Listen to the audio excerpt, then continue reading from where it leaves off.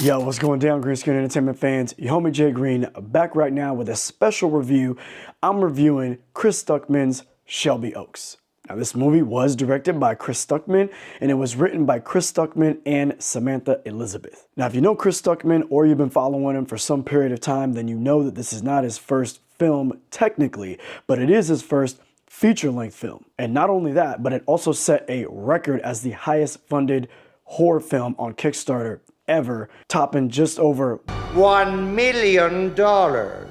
And it was ranked the 5th highest 1, 2, 3, 4, 5 crowdfunded film in Kickstarter history. Pretty dope. So this man's got a lot on his shoulders right now, right? Between making his first feature film, bringing his passion project to life, crowdfunding over $1 million from fans and supporters, getting this movie picked up by Neon, and all the other trials and tribulations that come with making a feature-length film that's going to be put into theaters, the question has to be asked, did he do a good job? Is it worth the hype? Did it live up to the potential? And I'm gonna say hell yes to that. Now, for all of y'all out there who have no idea what Shelby Oaks is all about, we are basically looking for Riley. She runs a YouTube channel called Paranormal Paranoids, and as they're searching for some paranormal activity, this entire team goes missing.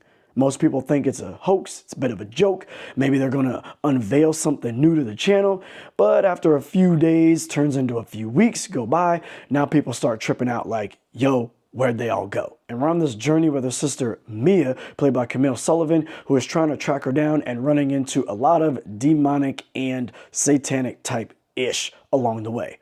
Creepy stuff. Now, I'm not going to give y'all any spoilers. I do think this is a movie worthy of checking out in the theater for a few different reasons. One, it felt like some of those old classic horror films and even some modern horror films, right? A little bit of Blair Witch, found footage, kind of turns into a normal film. You got a little bit of detective story, true crime, documentary type swag going on. And I think that from the very beginning of the story and how we're learning about who Riley is, what her sister's been dealing with, her family, all that type of stuff, I think this movie has a great through line all the way from the beginning of what Riley may have got herself into until how it plays out in the end. I want to talk tone and atmosphere. Where this movie really shines is the tone and the atmosphere. The sound design for this movie was phenomenal. Yo, I watch a lot of movies, and one of the things that I love most is sometimes where you maybe hear something out of frame, you don't see it, you hear it first.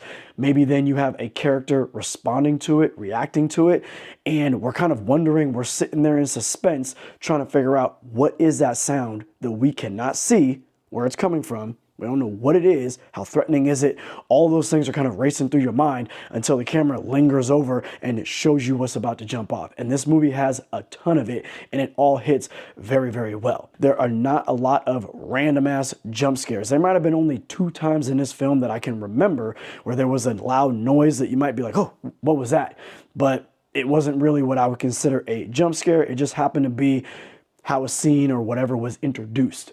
But throughout the film, the tone, the atmosphere, the shot, all of that fit extremely well, making me feel creeped out and my wife that I was watching the movie with feel creeped out pretty much throughout the entire film. So that was dope as hell. Now let's talk acting. Sarah Dunn playing Riley, I think she did great. So when you're seeing her really nervous while being filmed during some of her YouTube videos, and you're also seeing her last video at the top of the movie, showcasing that she's concerned for her safety, what's jumping off, is her team gonna be safe, all of that sort of stuff, she really brings you in and engages you into what this character is going through in the moment. You really feel it for sure. But I wanna give a shout out to the woman that really carries this movie on her back. We're talking about Camille Sullivan playing Mia. She's the sister that is looking for Riley. And she's got to play a couple of different tones, right? She's got to be tough and focused and determined, but at times she's also terrified and scared.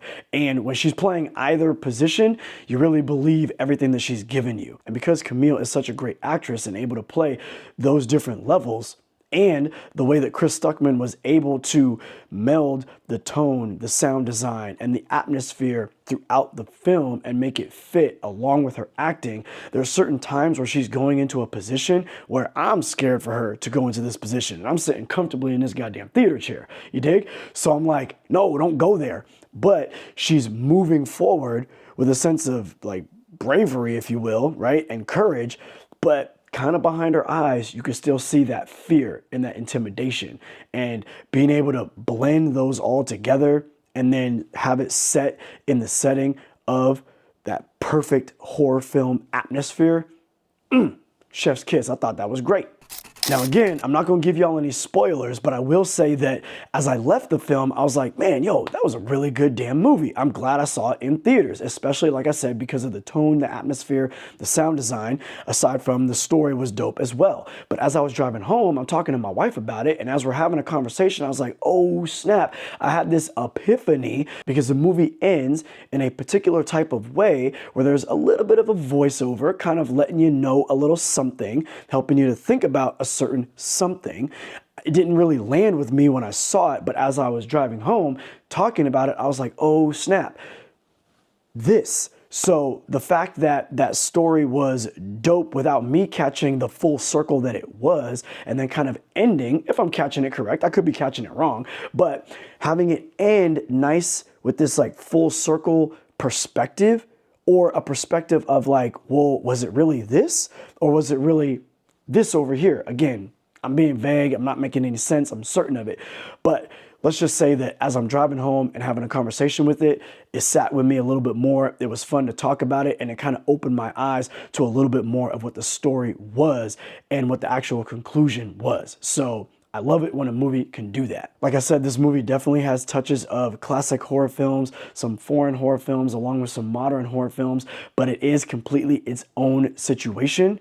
And it has a phenomenal payoff in the end. It was a small story, a personal story with elements that were creepy as F that you could definitely dive a little bit deeper into, but you don't need to. And it's almost a little bit more eerie with the mystery of not knowing all of the details of those elements. My wife and I had a great time at the movie theater with this one.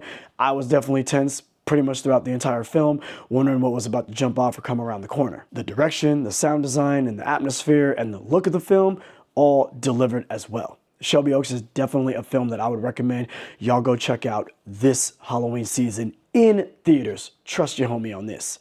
Yo, have you heard of this film? Are you planning on seeing this movie? Have you seen it? Comment below. Let me know what's good. Your homie, Jay Green. I'm out.